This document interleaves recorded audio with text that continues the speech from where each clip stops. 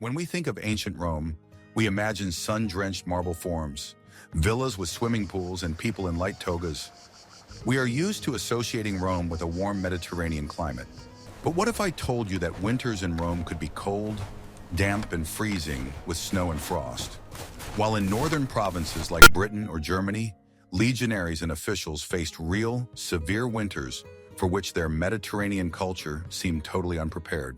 How did civilization, which did not know central heating in our understanding, down jackets and thermal underwear, manage to survive and even thrive in conditions where cold was not just an inconvenience, but a real threat to life?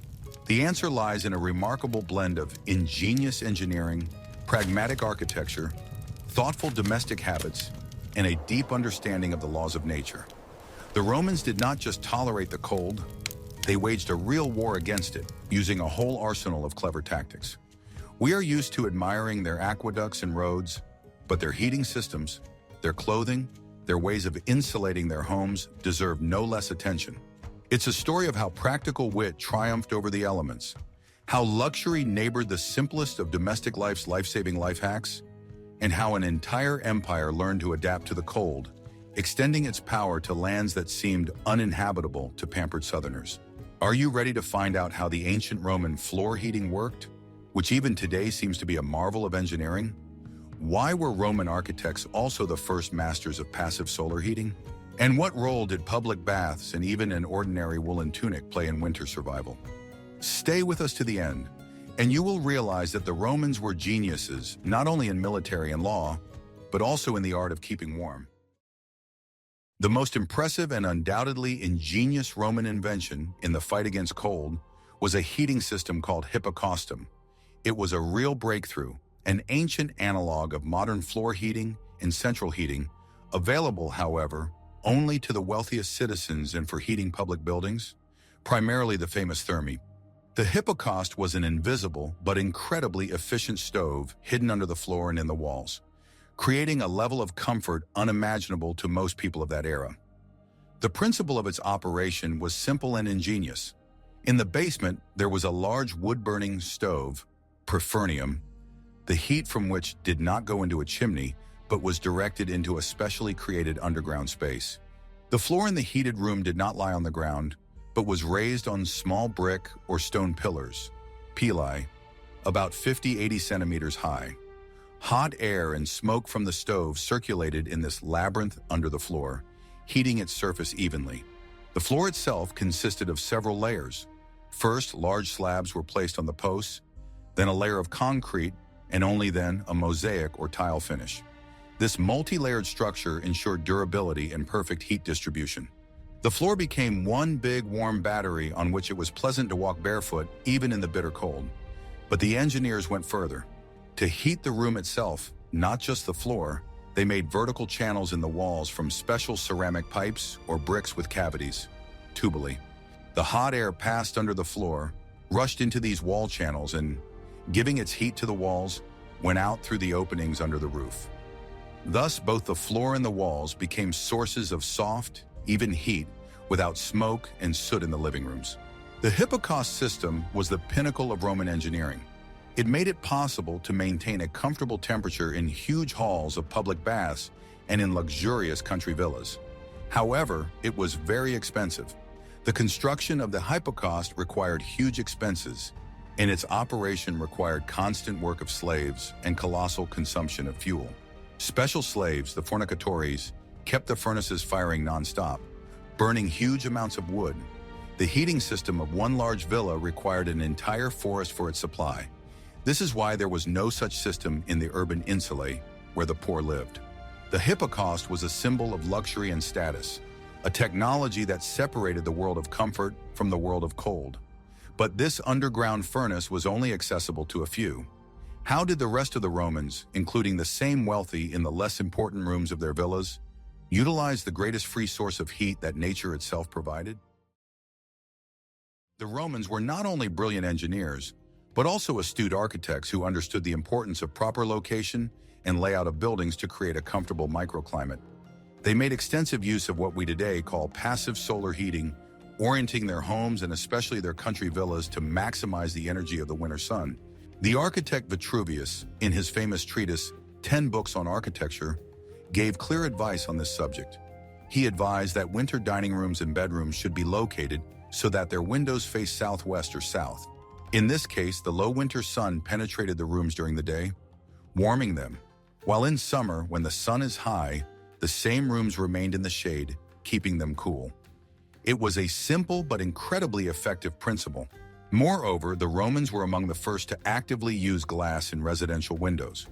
Although their glass was not as transparent as modern glass, it perfectly fulfilled its main function. It let in sunlight but kept out cold air and wind. This ability to use large glazed openings was a real luxury, made available by the stability and security that the empire provided. Architects no longer had to think about defense and make windows that could be used as battlements. They could open the walls to light and warmth.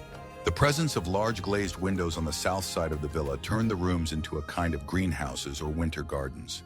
The wealthy Romans even had special sunrooms, or heliocamini, designed exclusively for sunbathing and basking in the winter sun, enjoying the warmth and light even when the icy wind howled outside.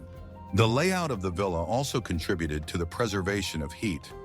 Important living quarters were placed at the back of the building, protecting them from the cold northern winds, with other, less important buildings, storerooms, kitchens, slave quarters.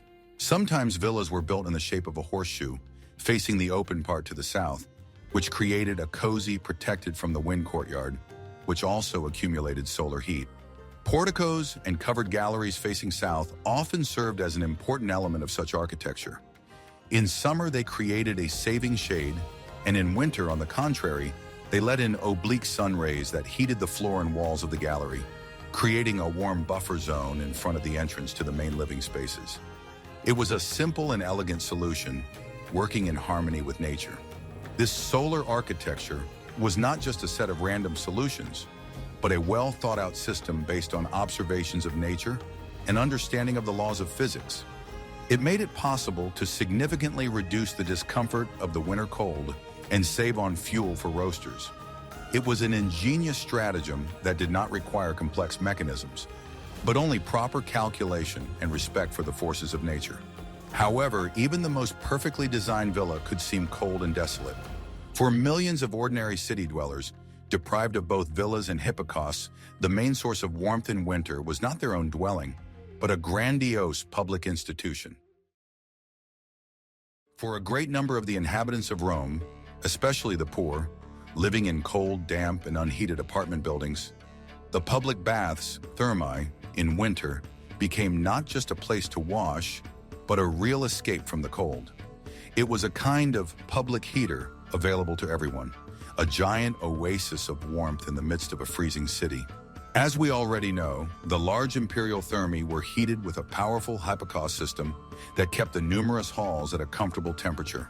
By paying a token fee or going free of charge, the visitor entered a world completely different from the dank streets. Here, a warm tepidarium, a hot caldarium, steam rooms, and pools with heated water awaited him.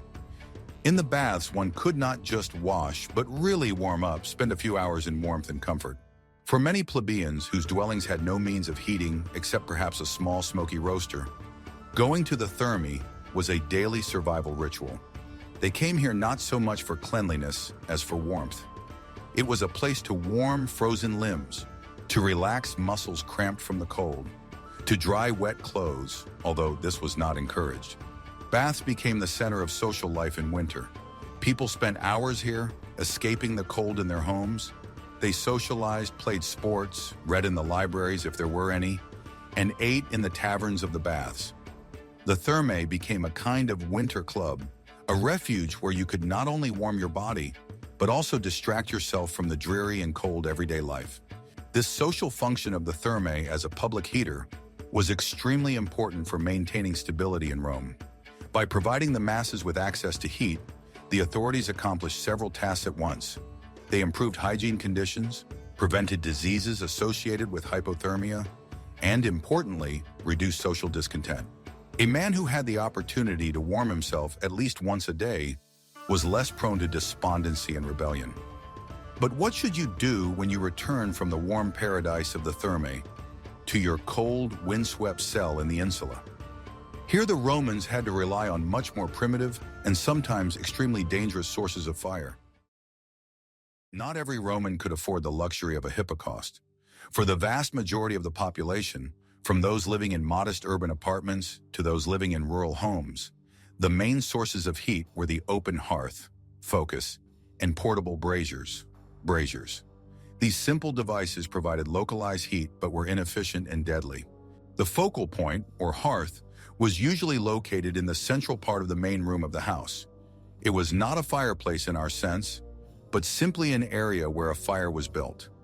The smoke went out through a hole in the roof. Such a hearth gave light and heat, but only in the immediate vicinity. It could not heat the whole room, especially if it was large. In addition, it smoked constantly, filling the house with soot and smoke, which led to respiratory illnesses. Much more common, especially in urban insulae, where open fires were forbidden because of the fire hazard, were braziers, portable metal, bronze or iron, or ceramic bowls on legs into which hot charcoal was poured. A brazier could be placed in the center of a room, carried from one room to another, and placed at the feet to warm oneself. However, braziers were extremely insidious. Their main advantage, the absence of smoke, because already cooked coal was used, was also their main disadvantage. When the coals smoldered under conditions of lack of oxygen in a closed room, carbon monoxide was actively released, a silent, invisible killer without color and odor. Entire families could catch fire in their sleep simply by leaving a brazier overnight in a poorly ventilated room. Despite these dangers, braziers were virtually the only available means of heating for millions of city dwellers. People tried to take precautions, ventilate the rooms, and don't leave the braziers unattended for long periods of time, but accidents still happen. It was a harsh price to pay for the desire to keep warm. Fighting the cold in Rome was often a fight with deadly risks, and when the fire outside was small and dangerous, the surest and safest source of warmth became the one that everyone carried with them, their own body, but only if it was properly packed. When architecture and heating technology failed, the Romans' main defense against the winter chill was his clothing. Forget the usual image of a man in a light, fluttering toga. A Roman's winter closet was an elaborate, multi-layered system, a real personal fortress, where the main material was the universal and indispensable wool. The basis of winter clothing was the tunic, but in winter it was not worn in one layer. A Roman could wear 2 or even 3 tunics, one on top of the other. The lower, thinner, linen one, subucula, and 1 or 2 upper, woolen ones, tunici. The principle of layering, which we still use today, was well known to them. The air spaces between the layers of clothing perfectly preserved body heat. The tunics were topped with outer garments, which also varied according to the weather. On cold days, a heavy and warm cloak was worn instead of a light toga, which was more of a formal rather than casual garment. One of the most popular winter coats was the penula, a kind of hooded poncho made of dense, often grease-soaked wool for waterproofing. It provided excellent protection from wind, rain, and snow. The legs, which were often left open in summer, were also insulated in winter. The Romans wore a kind of pants or breeches, feminalia or bracci, especially in the northern provinces, adopting this barbaric habit to protect them from the cold. Woolen socks, udons, were worn on the feet, and shoes, calzai, were made of thicker leather, sometimes with thick soles or an inner lining of felt. Materials played a key role. Wool was the ideal choice. It retained heat well even when wet. It was durable and affordable. Flax was used for outer garments. Leather was used for shoes and some types of cloaks. These were all natural, breathable materials that allowed the body to maintain a comfortable temperature. The colors of winter clothing were usually dark and unmarred, but even the warmest clothes could not save you from the icy drafts that swept through Roman homes. Therefore, the Romans fought the cold inside their dwellings, turning them into cozy cocoons. A Roman house, even a rich patrician's villa, was often cold and drafty. Stone or brick walls did not hold heat well, and windows and doors were not airtight. So draft control and insulation were an important part of preparing for winter. The Romans used simple but effective methods to turn their homes into cozier and warmer shelters. The main means of combating the cold coming from the walls were fabrics. The walls of living rooms were draped with heavy wool curtains, vela, or expensive tapestries, tapestria, with embroidered scenes for the winter. These fabrics not only decorated the interior, but also had an important practical function. They created an air layer between the cold wall and the room, significantly reducing heat loss and protecting against drafts. Floors, especially stone or mosaic floors, became icy in winter. To insulate them, the Romans used carpets, mats made of reeds, and animal skins. In more modest dwellings, the floor could simply be covered with a thick layer of straw, which was changed regularly. This not only insulated the floor, but also made it softer and cleaner. Special attention was paid to windows and doors, the main sources of drafts. Heavy drapes, sometimes in several layers, were hung on doorways. Windows, even if they were glazed, were closed at night with massive wooden shutters, foriculi. Slits in windows and under doors were plugged with old cloths, moss or wool to prevent cold air from entering. In some cases, even temporary wooden panels could be used for additional insulation, which were used to cover the walls from the inside for the winter. All these measures, taken together, made it possible to create a more comfortable microclimate in the living rooms, turning them into a kind of cocoons of heat inside the cold stone house. In a world where external sources of heat were limited and unreliable, the Romans were keenly aware of the importance of internal heating. Proper nutrition during the cold season was not just a way to satisfy hunger, but a survival strategy that allowed the body to generate its own heat and resist the cold. A Roman's winter diet became more caloric, dense, and most importantly, hot. The basis of winter food, as in any other time of the year, was cereals, but they were prepared differently. Instead of light dishes, thick, rich porridge made of spelt or barley, pulse, was served, which took a long time to digest and gave a feeling of satiety and warmth. Fatty olive oil, legumes, root vegetables, turnips, parsnips, cabbage, onions, and garlic, anything that could make the dish more nutritious and warming, were added to the porridge. Hot broths and soups with meat or vegetable broths were also an integral part of the winter menu. They were eaten not only at lunch but also at dinner to keep warm before going to bed. Bread, which in summer could be eaten dry, in winter was often dipped in hot chowder or heated on the fire. Meat, if available, was also preferred to be eaten hot, stewed, or roasted rather than cold. Hot drinks played a special role. Wine, which in summer was drunk, chilled, or diluted with cold water, turned into a warming elixir in winter. The Romans prepared a drink called calda, which was hot wine diluted with water and flavored with spices, cinnamon, cloves, pepper, and honey. This ancient analog of mulled wine was not only warming, but was also considered a good remedy for colds. Even plain hot water, aqua calida, was valued in cold weather. It was drunk plain or mixed with wine. The opportunity to drink something hot was a real salvation after a long stay in the cold. Thus, food and drink in winter Rome were not only a source of calories, but also a kind of internal furnace that had to be constantly maintained. However, even the hottest food could not heat a huge humming villa. So the Romans resorted to yet another simple but ingenious behavioral trick. Roman houses, especially the villas of wealthy citizens, were often very large, with many rooms, atriums, peristyle, courtyards. It was almost impossible and extremely expensive to heat such a huge space with roasters or even hippocausts, which usually heated only a few main rooms. Therefore, with the onset of cold weather, the Romans used a simple and logical strategy. They shrunk their living space. For the winter, most of the house was actually canned. Spacious summer dining rooms, open atriums, rooms with windows to the north were closed.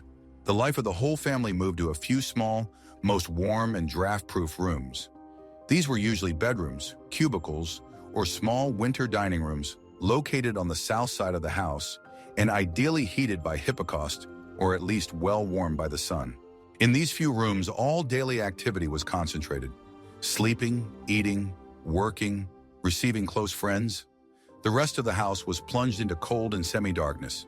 This allowed not only to save a huge amount of fuel, but also to create a more comfortable and cozy atmosphere.